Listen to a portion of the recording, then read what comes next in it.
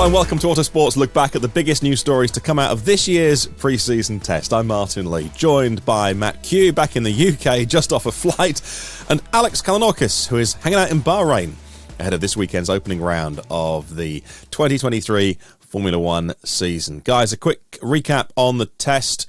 A really interesting 3 days, wasn't it? Alex, you're still there. How did you find the test? Yeah, I'm sure you can tell I'm still in Bahrain with this lovely nondescript background of my hotel room. Interesting tidbit, I did just go out to grab some lunch and got rained on in the desert, that's definitely something I wasn't expecting.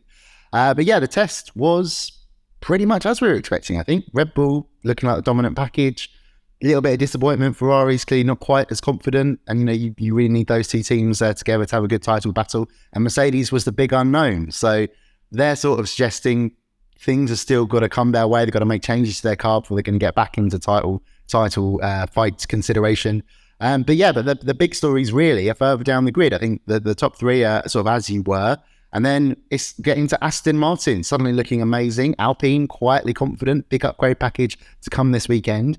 And McLaren, what's gone wrong there? Well, we know essentially what's gone wrong there, but it's certainly we weren't expecting to hear Lando Norris sort of talking about the car essentially feeling the same as it was at the end of 2022. So yeah, that's my sort of summary feeling of it. But yeah, great to be back, although it was absolutely exhausting.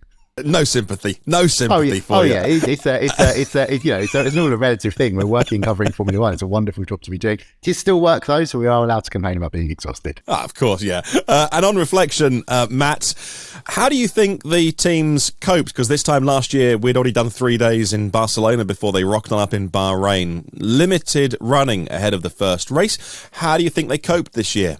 Sort of across the board, the teams were sort of saying that we're really good this year because we're not rushing to get a car ready for the first morning of testing. I mean, I know Bahrain was exaggerated last year because Haas's freight was all delayed, so they had to have their own separate running in the evening.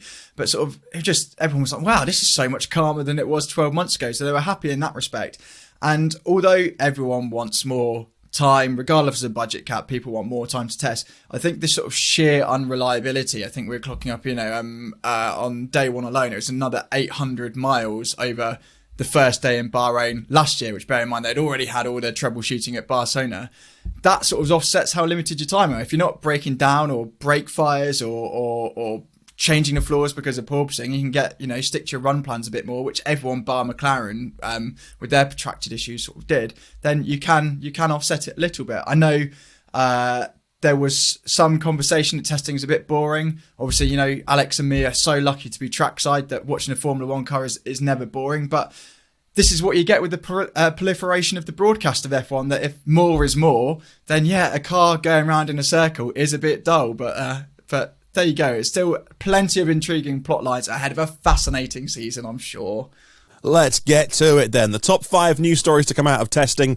How do we know? Well, we base this on page views on 2 of the world's biggest motorsport websites, Autosport and motorsport.com. So before you crucify me in the comments to say, that's not a big story, well, it's what you were reading on our website. And the big one, the number one story, whenever we reported on Red Bull being miles ahead and Ferrari hoping to challenge that story as well. Alex, can you explain, because it's your job as our Grand Prix editor to dig into the lap times. So people might look at the testing times and see, Perez was quickest overall, therefore Red Bull are quickest. But you are there every day looking at every 6 or 7 lap stint that the Verstappen was doing and just nailing the times so reliably. You were looking at the long run pace and they do 30, 40, 50 laps in a stint, so we know they're fueled up, and looking at that consistency as well. How do you know when we say we've looked at the data, we think Red Bull are strong? What do you look at and how do you make that conclusion? Yeah, so you summarised it pretty well there, Martyn. I mean, but for a start, in terms of domination, if it weren't for Zhou Guanyu fitting on a pair of C5s on the second day, it would have been, late on the second day, it would have been a complete clean sweep of the times for Red Bull. And that does tell you something. I think it just shows you how absolutely confident the team is. That Verstappen talked about having absolutely no problems or balance or handling. So essentially he's saying, well, we've made what was already the best car even better. You can really suppress his positivity. He even gave me a wave in the paddock, and that's Verstappen waving at an Autosport reporter. He must be in a really, really good place. So fair enough on that. But when it comes to sort of looking at the long run times, that is essentially what we do. We've got access to, if you speak to the right people, GPS traces from the teams and things like that, and you can get little bits of detail. But it's all very murky in testing. It's more murky than it would, say, be in an FP2 session, which is typically what we look at if we're going to look to see who's strong or which team is going to do better in a particular race, because they all pretty much do the same programs. But of course, in testing, fuel loads tend to be massively different. Engine modes in particular, massively different. We're very excited or certainly very interested in Ferrari looking very, very strong in the straight line. I don't believe for 1 second Red Bull had the engine turned up to maximum, because why would they? They never do it. Basically in practice for a Grand Prix weekend, and they just spent most of their time on the C3 tyre, learning about their car, not really chasing ultimate performance runs. Did a little bit at the end, but nevertheless. But anyway, when it comes to the long runs, as you're saying, Martin, Red Bull, typically what they do is just go for shorter set stints on a standardized sort of fuel setting, fuel level, and just crunch numbers, work from there. And it was consistently quicker than everybody else. You know, there are ways of sort of calculating how the different fuel loads work. Obviously, you've got to know them to be completely accurate. But what I would say is that Red Bull were just so consistent in their times. So they're running typically about 2 seconds quicker on a long run average. Now, obviously, that tells you they're running a massively different fuel level to, say, Ferrari or Mercedes or Aston Martin. But the fact that the times were coming in exactly the same from Verstappen tells you that Red Bull is in a really, really, really good place. Well, let's talk a bit about Ferrari, Matt, if we can. Oh, by the way, actually, Red Bull's Helmut Marko doing our job for us, because I think he told Sky in Germany, on the long run pace, we think we're quicker than everyone. So thanks, Mr. Marko. Let's talk about Ferrari, though, because they weren't writing themselves off, but they weren't bigging themselves up either. Were you in any press conferences with the new boss, Frederick Vasseur? Did you talk to anyone from Ferrari? And how did you read when you were standing trackside? How did you read how the car was behaving and how they were approaching testing, and if they've managed to leapfrog Red Bull or not? I think in terms of sort of speaking to drivers, the one that stands out was Leclerc. So he did a press conference on the second day, and he was a bit maybe more demure than you would expect. And I think essentially we brought it down to is Ferrari was trying to really isolate their setup, and that meant on the first day in sort of hotter temperatures, slower conditions, Leclerc was basically told, here's a load of understeer, go and deal with it. And I think maybe he would have liked to jump into a car that was sort of more on rails sooner rather than have to sort of troubleshoot it all. It looked convincing trackside. I think, you know, if you get your eye in pretty quickly, and you know that from last year, basically watch the Red Bull, and if a car does something similar, that's pretty good. And if it's miles off, then maybe not so good. And the Ferrari, it was close, but sort of lacked that wow factor. Alex and I, on the first evening, we were walking up to turn 12, which is sort of this uphill right-hander with a bump at the apex. And the Ferrari in particular was sort of quite unsettled with that. Not the return of the porpoising phenomenon, but sort of the way that the rebound and how it unsettled it from there on. But again, if like Ferrari is saying, they're isolating specific setups, I didn't observe that throughout the rest of the testing, so you think they're on top of that. The one thing I would add to it all, though, is Ferrari sort of has a recent habit of chasing ultimate aero downforce, sort of almost trying to beat Red Bull its own game of a few years ago. The suggestion is, and this correlates with Carlos Sainz's struggles with the rear axle last season, is that as the compromise is a bit less mechanical grip, so a bit more oversteer on under power. And I'm not going to say that the Ferrari is sort of understeering at low speed in particular, but it corroborates that theory. And sort of speaking to the drivers and stuff, I think they're like a little bit more at low speed. So nothing to suggest that this year it'll be Ferrari winning 17 races. All right, well, let's talk about Mercedes, because I mentioned, I think on the Saturday podcast, the wrap-up one, YouTube video, that I'd put Red Bull and Ferrari, from what I saw, up front, and I'd then, just from what we saw, put Mercedes back maybe with Aston Martin. I had people saying, no, you're crazy, Mercedes are just sandbagging, they're going to be up the front in Bahrain when they go racing. Other people excited that Aston Martin were quick. But Alex, what's your read on Mercedes? I found it really tough to get an understanding of where they are. The drivers were sort of positive but negative. Toto said we're holding a bit back, but we haven't solved everything. Can you tell us more?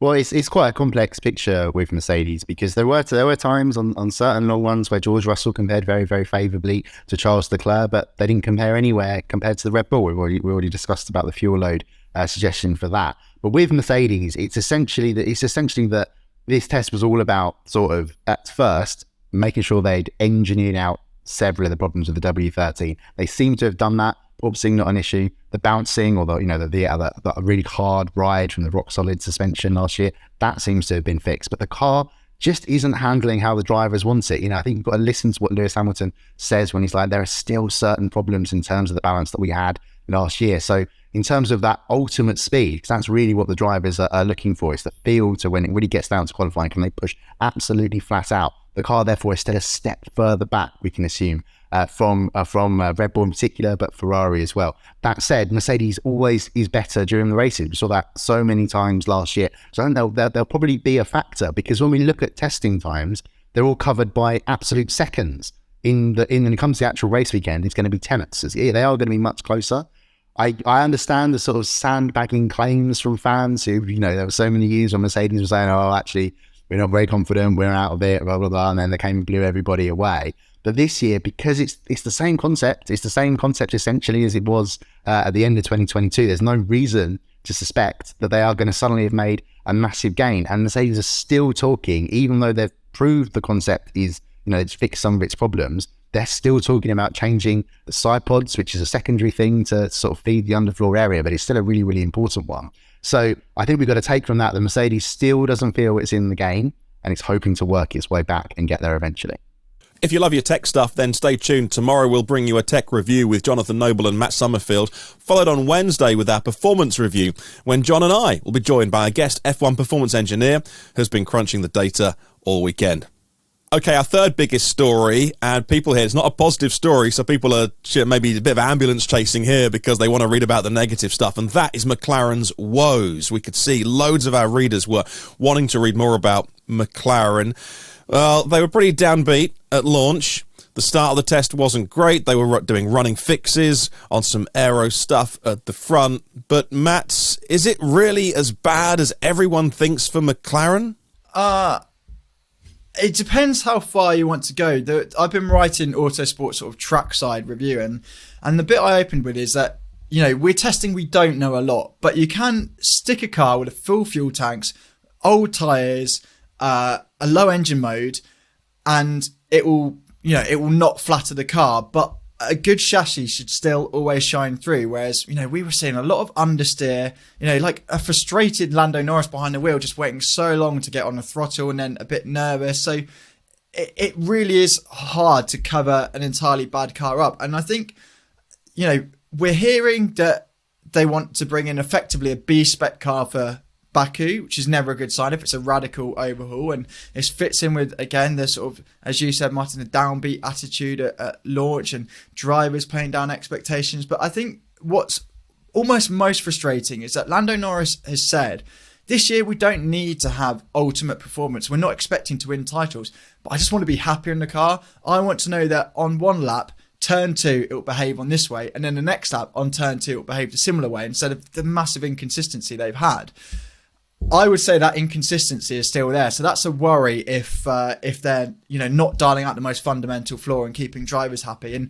And yes, the sort of argument is we need to wait for our wind tunnel to come online. But, how long until we start pointing fingers at the technical team, or is that enough of an excuse that, they need better infrastructure for now? Because again, at the launch, they were talking about the wind tunnel almost being the cherry on the top of the cake rather than the flour, I don't know, another fundamental ingredient. So I think it is a bit more disconcerting. And then you have, unreliability can happen to every team, but it was sort of like a perfect storm of things coming together. So with the 2022 and beyond Formula 1 cars, they have the flaps running over the front wheels. These were fouling in the early days, so the mechanics were whittling away at them and sort of making them all snug and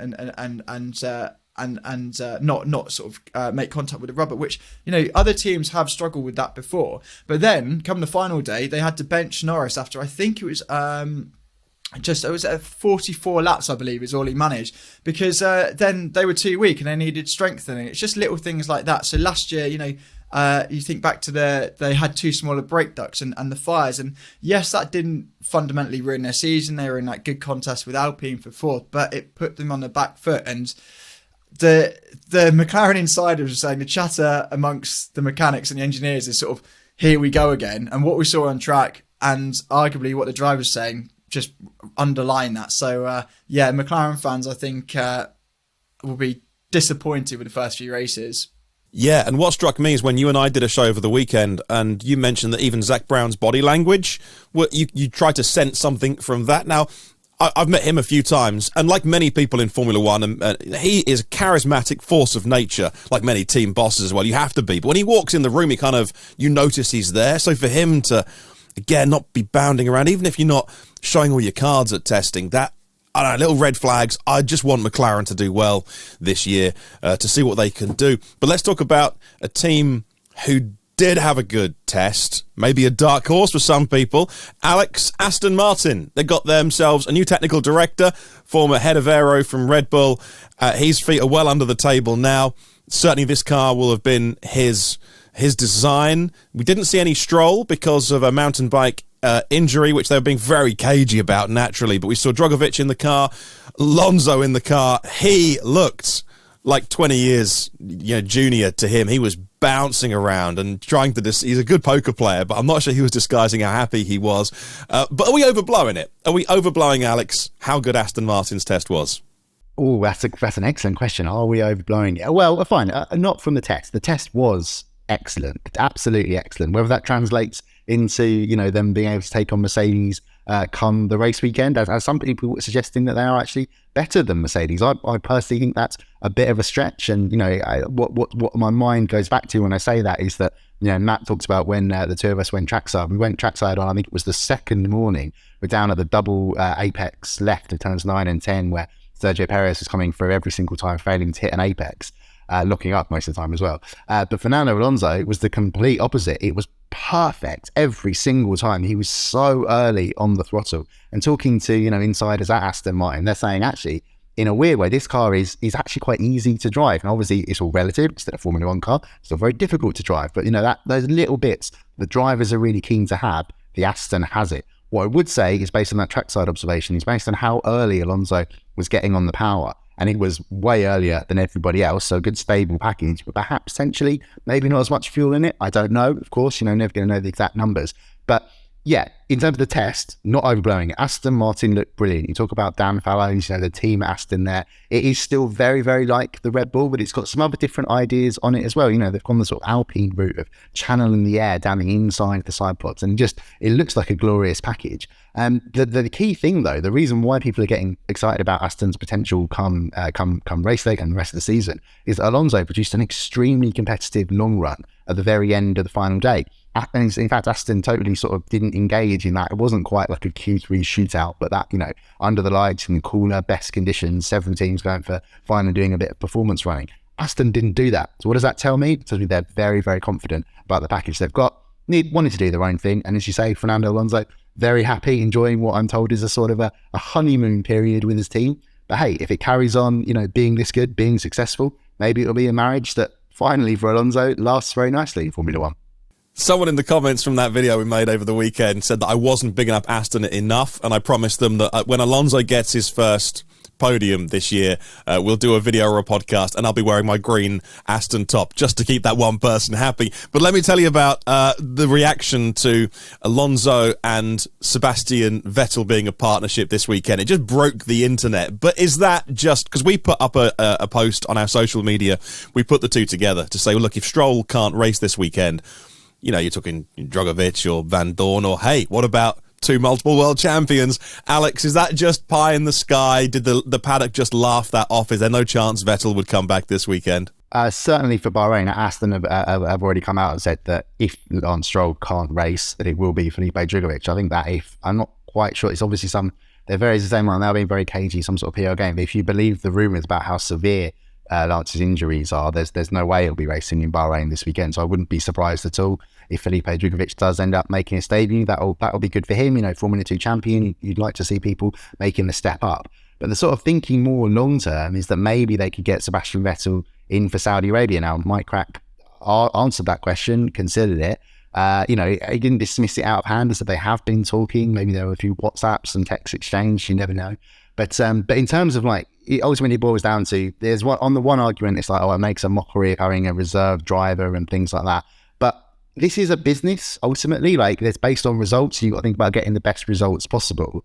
if I had to make a choice between for a short-term thinking, because Lance Stroll is going to be back eventually, do I want Felipe Drugovich or do I want Sebastian Vettel? Well, it's not a choice. Of course, I'm going to go for Sebastian Vettel. So it wouldn't shock me if it did that. But you never know. Like, if this car is doing as well as we hope and think it might, and I say hope because let's face it, we need something to keep it interesting. If Max Verstappen is going to waltz his way to 23 F1 wins in 2023, then maybe Drugovich will be able to do a good enough job, and he could keep that drive for as long as Lance Stroll needs him to.